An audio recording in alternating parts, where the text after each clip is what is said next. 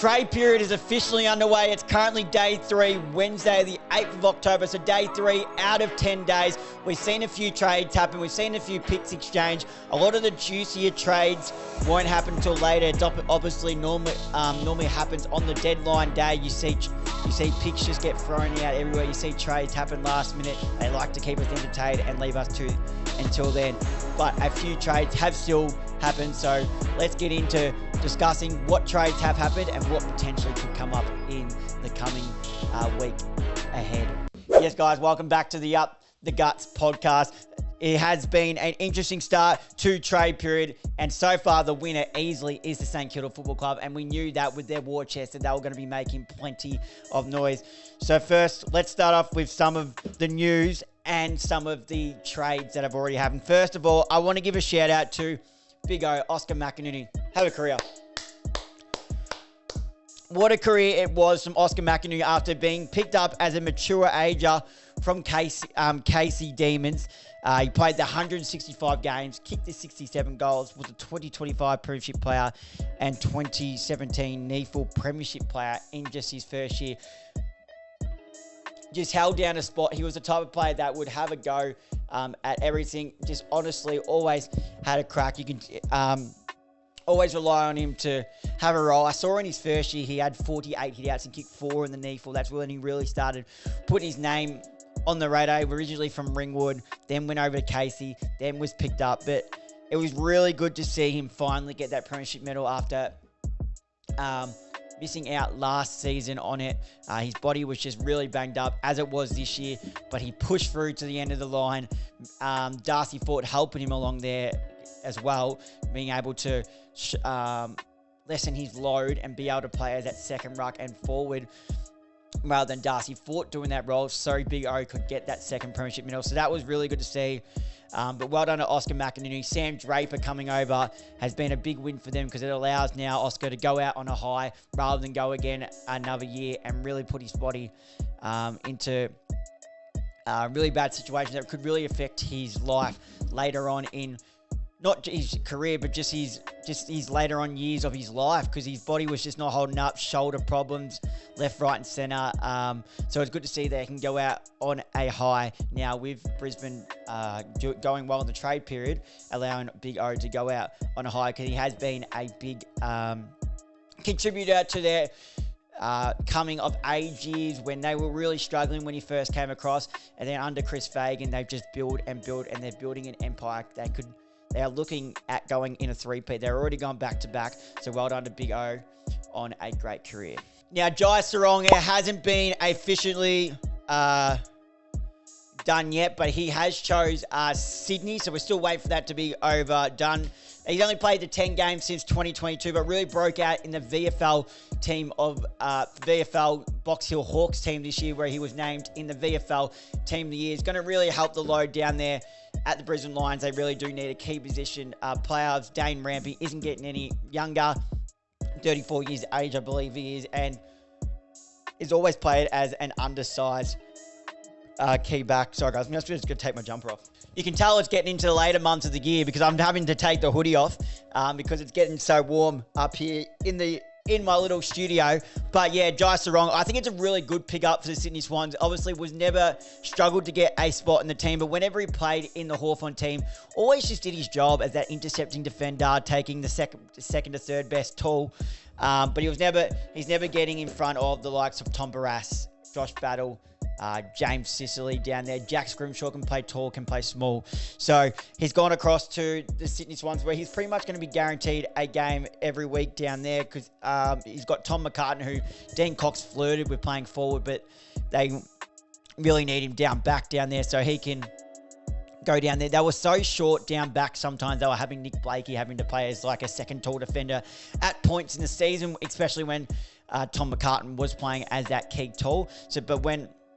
Key forward, when he went back, it allowed Blakey to play that running half-back role that he's so dominant at and that he really needs to be played. But I think this is a great move by Jai Serong and the Sydney Swans team, as he should be there round 1 next year, in my personal opinion. So just wait for that trade to go across there. Another one that we're just waiting for the paperwork to go in, but it is Brayden Fiorini from the Gold Coast Suns chooses Essendon, and that was confirmed by Liam Pickering on AFL Trade Radio, who has his own little segment in the trade feed alongside Cam Luke. But he's also Brayden Fiorini's player manager. So we know this is not a rumour. This is just fact. He has chosen the Bombers, and he's a solid player, Brayden Fiorini. I know my side, the Collingwood Magpies, were interested in him. It was either last year or the year before. Just didn't follow through a bit.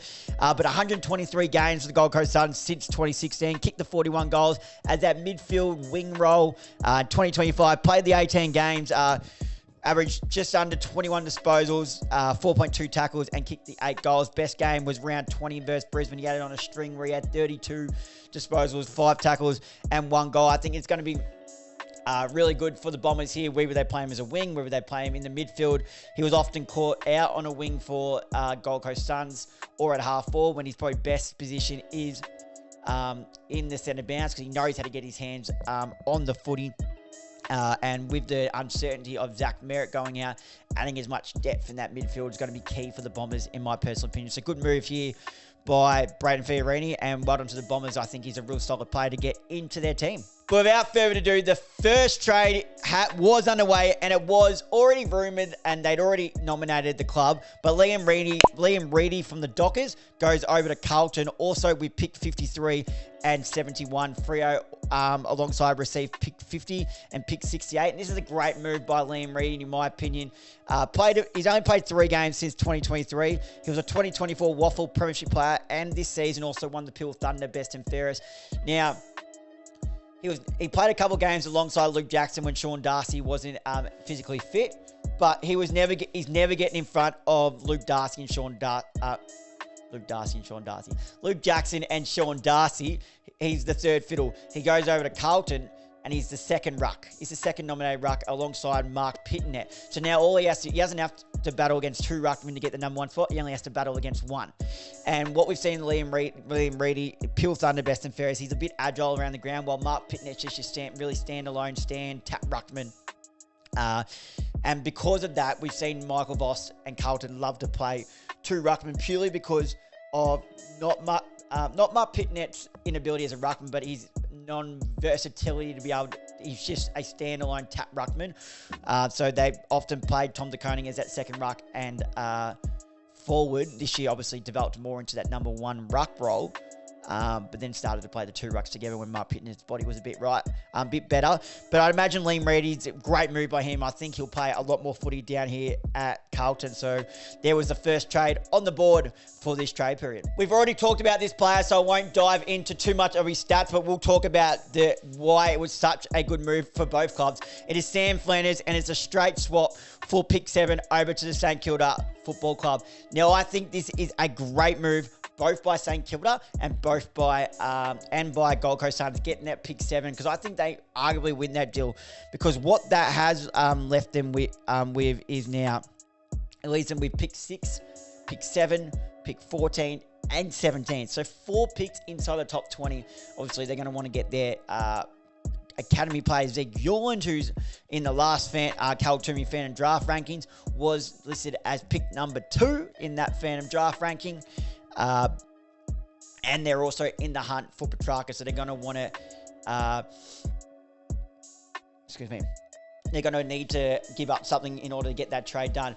But what it was such a good move is Flanders, who was never probably get his best position is a centre bounce midfielder, but with Rao obviously just won the 2025 Brownlow. I was about to say Sam Flanders there. Noah Anderson, the skipper, amazing season. Took Miller down there. Bailey Humphrey coming in as that centre bounce, forward of centre, forward mid. You also got Ainsworth, who runs through there a little bit. If they bring in the likes of Petrarca into there, he's not going to... because of that, he was often found at half forward. Did play some really good footy a couple of years ago at half back, but they went out and recruited in the offseason, in 2024's offseason, John Noble and Daniel Rioli. So now there's no room for him at half back, so he had to play half forward. Did get into some midfield time, but he was never going to be a stand-alone midfielder. He goes across to St Kilda, and he's a starting midfielder without a doubt. So I think it's a good move by Sam Flanders, but Gold Coast haven't lost here because they get pick 7. So I think it's a win-win situation for both clubs. Another player we've also talked about, the paperwork is in. Malcolm Roses Jr. and pick 62 go over to the Sydney Swans. The Suns in return get pick 51 and 69. Now, from what I've seen of Roses Jr., I actually do like him. He's just behind a couple of players. He provides a bit of spark, bit of pace around the footy. Only the 4 games this season and kicked the 1 goal. But he's 49 games. He's kicked 40 since 2020. He's kicked 46 goals. Provides a bit of spark, bit of play, bit of pace, bit of X factor. It'll be definitely something to look out for. Good pickup for the Sydney Swans. With him and Tom Papley in the pockets, just going to get it in there quickly. If the ball hits the ground, look out, because they're going to be 2 people who are hungry to get to the footy with a bit of pace. We know how quickly Tom Papley can pounce on a ball when he knows there's a goal coming up. One of the quickest man inside forward 50 once a ball hits the deck or comes off a pack to rove it and run into goal. That's good luck catching him. Tom Papley, he loves a goal down there. And Malcolm Roses Jr. will be somewhat similar down there too, but also provides an aerial threat. So I think this is a bad pickup here from the Sydney Swans either. And good luck to Roses. Now, an interesting one that occurred on Tuesday night was Adelaide asked the question of Riley Sanders. Now, Riley Sanders' brother was playing Sandford. He has 1 year to run on his contract, but he's one of only 3 top 10 draft picks from 2023 to not have re-signed. Was picked 5 or picked 6 in that 2023 draft. Played the 21 matches this season, but was left out of the elimination final after being dropped in round 24. Averaged 18.6 disposals. He's more of a handballer, so of those 18.6 disposals, 12.7 of them were handballs, but kicked the 13 goals, so was often found out in a wing at half full when really he is a person who knows how to find the footy and needs to be in that centre bounce, getting his hands on the footy. So I don't see this happening, but big watch on Sanders. I think he's the perfect fit for when Tassie come in, Tasmanian born. So if anything, if the Bulldogs haven't really shown much love to him, in my personal opinion, I reckon he would be one of the first to go over to Tasmania.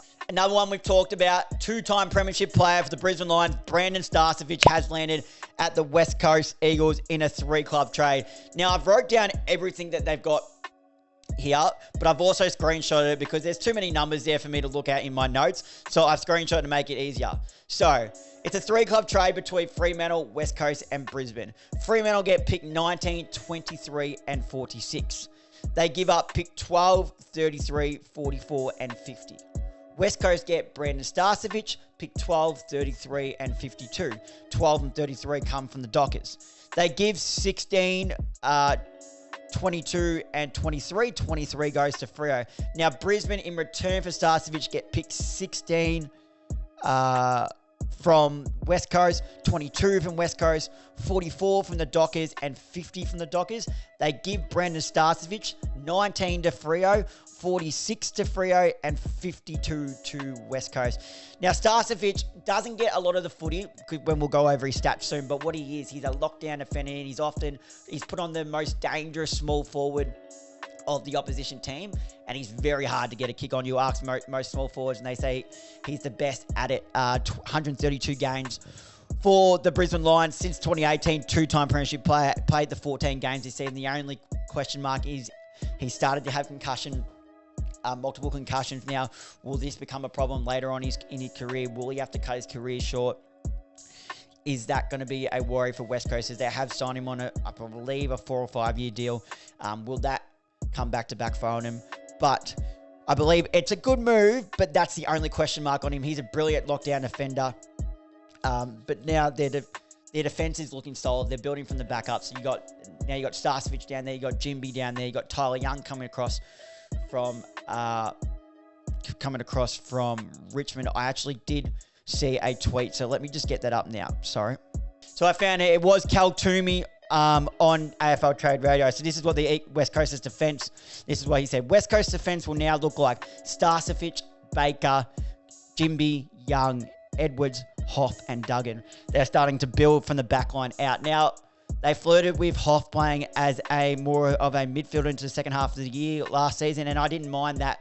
So it'll be interesting to see with that one. But I personally think it's a good pickup for Starcevic, but the concussion is definitely a worry further on his career. But best of luck to him. Hopefully that doesn't come where he has to end his career short due to concussions.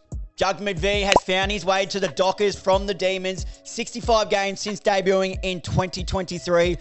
Went on to play 48 straight after that. 17 matches, 14.4 disposals, 4.5 marks, and 4.1 intercepts in 2025. Played as that defender. He's looking to he has the capacity to play up the ground as well. I know during parts of the season, during parts of the season, they were saying, get Judd McVee more up around the ball when the Demons were struggling, but they weren't even doing that with Trent Rivers, so they were never going to do that with Judd McVee. But he does have the capacity to play more up on the ball, whether that's on the wing, in the midfield. So it'll be interesting to see how Freo do use him. I want to just double-check for a second if anything has come back for Oscar Baker yet. I mean, not Judd McVee. Okay, so what Melbourne received for it is a second-round pick, which is currently pick 23, which seems pretty fair. Didn't shoot the lights down, but was just an ultra-consistent player down there. So well done to Fremantle. They're going to be a dangerous team. I know we say it, but that back line, Luke Ryan, Jordan Clark, now Judd McVee, Alex Pearce, when he keeps his body right down there, Brennan Cox. I'm sure there's a couple I'm missing down there, but they're just electric. And even if they push up Judd McVee around the ball, there's the capacity to do that. So Fremantle should be, I know we always say they should be a watch in 2026. And to round out this episode, Oscar Allen's paperwork is through. He is now a Brisbane Lion, as we expected. West Coast get picked 2 in compensation. Obviously was the captain of the West Coast Eagles this season, but has gone over to the Brisbane Lions in controversial circumstances. 105 games since 2018 for the Eagles. Has kicked 151 goals. Only kicked the 12 goals from 13 matches. Definitely was a hard season of him, both physically and mentally. Went down with an injury as well. But don't write him off just yet. He did kick 53 goals in 2023, so there's no doubt he is a star player.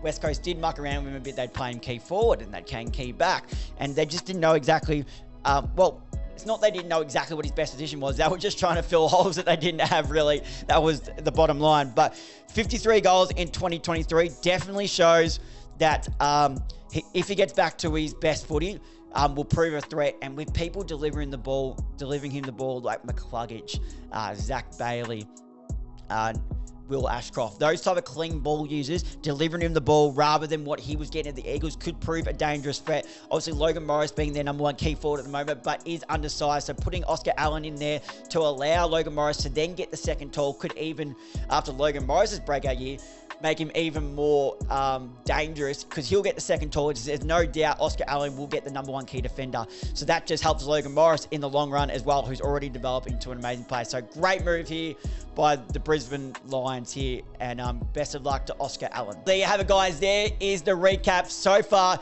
in this trade period. Thank you guys for listening or watching along, whether you're watching on YouTube. If you are watching on YouTube, make sure to leave a like and comment on this video.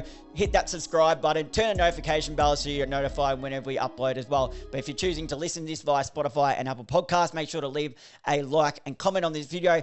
Hit that follow button, turn the notification bell on so you're notified whenever we upload. Share this off to a mate who you think might enjoy it as trade period. Plenty of juicy stuff comes out, so share it off to a mate who is as intrigued about trade period as I am.